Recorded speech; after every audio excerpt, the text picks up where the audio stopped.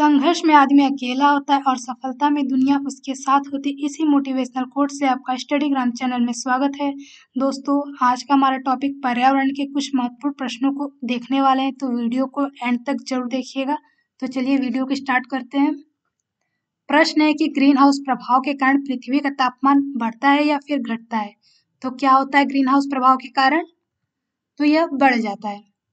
आप इस पिक्चर के अनुसार देखेंगे तो जो ग्रीन हाउस प्रभाव है वह असल में वायुमंडल में सूरज से आने वाली जो गर्मी होती है वो कैद हो जाने की वजह से पैदा होती है, और ये गर्मी वायुमंडल में कैद तो हो जाती है, फिर वो वापस आसमान में नहीं जा पाती, क्योंकि जैसे जैसे ये गर्मी ज़्यादा कैद होती है वैसे वैसे जो हमारा वायुमंडल है वो और भी ज़्यादा गर्म होता जाता है और हमारे ज़मीन की सतह भी ज़्यादा गर्म होने लगती है, इसलिए इसे ग्रीन हाउस गैस कहते हैं।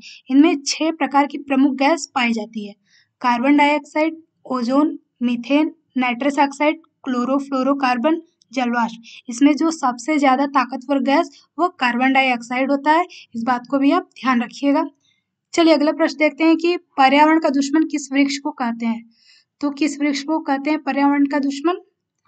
वो है यूकेलिप्टस या फिर सफेदा। सफेदा क्या होता है? एक वृक्ष होता है जो कि काफी लंबा और पतला होता है। इसे पर्यावरण का आतंकवादी भी कहा जाता है, क्योंकि यह मिट्टी के पौष्टिक तत्वों को खींचकर जमीन को बंजर बना देती है और यह सबसे ज्यादा पानी भी सोखता है, इसलिए इसे पर्यावरण का दुश्मन या फिर आतंकवादी कहा जाता है।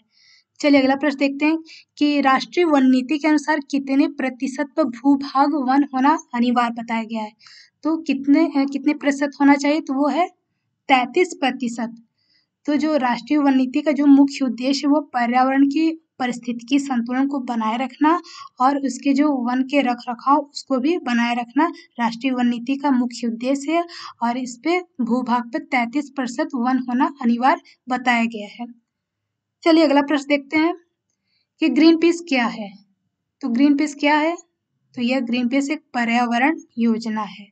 ग्रीन पीस का अर्थ होता है हरित शांति, जो कि एक पर्यावरण की योजना होती है। इसकी स्थापना 1971 में हुई थी कनाडा में, और इसका जो मुख्यालय वो नीदरलैंड के एम्स्टर्डम में है, और इसका जो मुख्य उद्देश्य है ग्रीन पीस का वो पर्यावरण को व्यापक रूप से सुरक्षित रखना बताया गया है। चलिए तो अगला प्रश्न है कि चिपको आंदोलन के पीछे का मुख्य उद्देश्य क्या है। तो क्या है ये चिपको आंदोलन? चिपको आंदोलन का मुख्य उद्देश्य है वनों की सुरक्षा करना, यानी चिपको आंदोलन पर्यावरण की रक्षा के लिए यह आंदोलन चलाया गया था। इसकी जो शुरुआत हुई थी वो 1974 में हुई थी। इसके जो प्रमुख कार्यकर्ता यानी प्रमुख प्रणेता जिसको कहते हैं वो भारत के प्रसिद्ध सुंदरलाल बहुगुणा जी हैं, और इन्हीं के नेतृत्व में यह कार्यक्रम हुआ था। इस आंदोलन में क्या था कि पेड़ों को काटने से बचाने के लिए जो गांव के लोग थे वो पेड़ों से जाकर ऐसे चिपक जाते थे, इस कारण इस आंदोलन का नाम चिपको आंदोलन पड़ा। इस बात को भी आप ध्यान रखिएगा।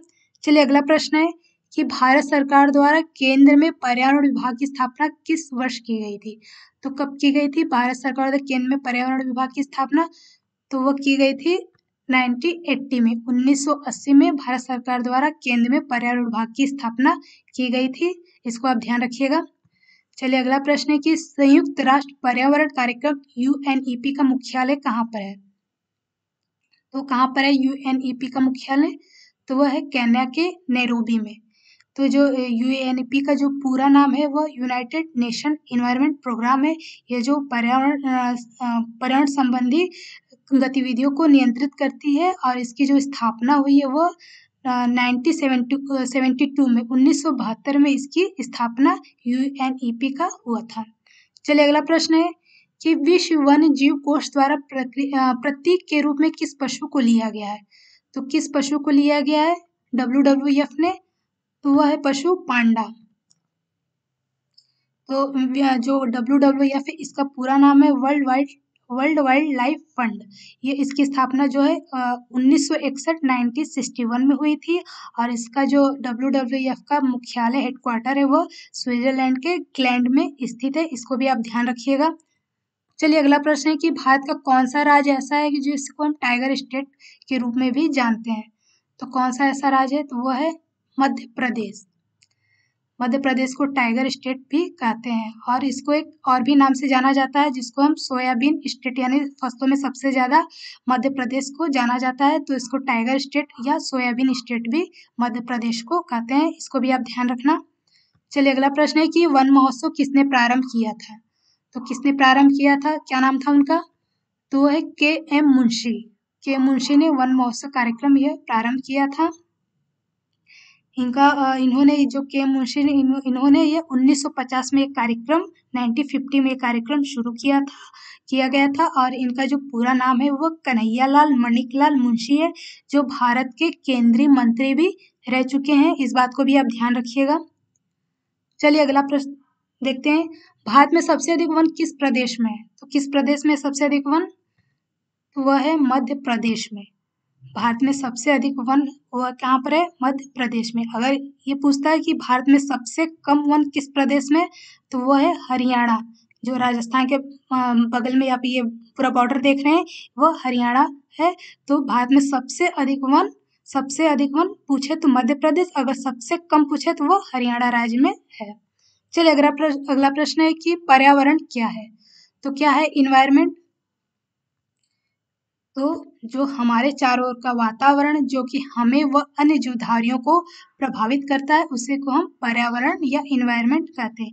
यानी कि हमारे चारों तरफ का वह क्षेत्र जिससे हम घिरे रहते हैं और हमारे जीवन तथा क्रियाओं को प्रत्यक्ष रूप से और अप्रत्यक्ष रूप से दोनों रूप से हमें जो प्रभावित करे उसी को हम पर्यावरण कहते हैं। तो यहीं पे आपके प्रश्नों की श्रृंखला खत्म होती है। तो कैसी लगी आपको वीडियो हमें कमेंट कर जरूर बताइएगा और वीडियो को भी लाइक, सब्सक्राइब, शेयर जरूर कीजिएगा। तो हम मिलते हैं नेक्स्ट वीडियो में। जय हिंद।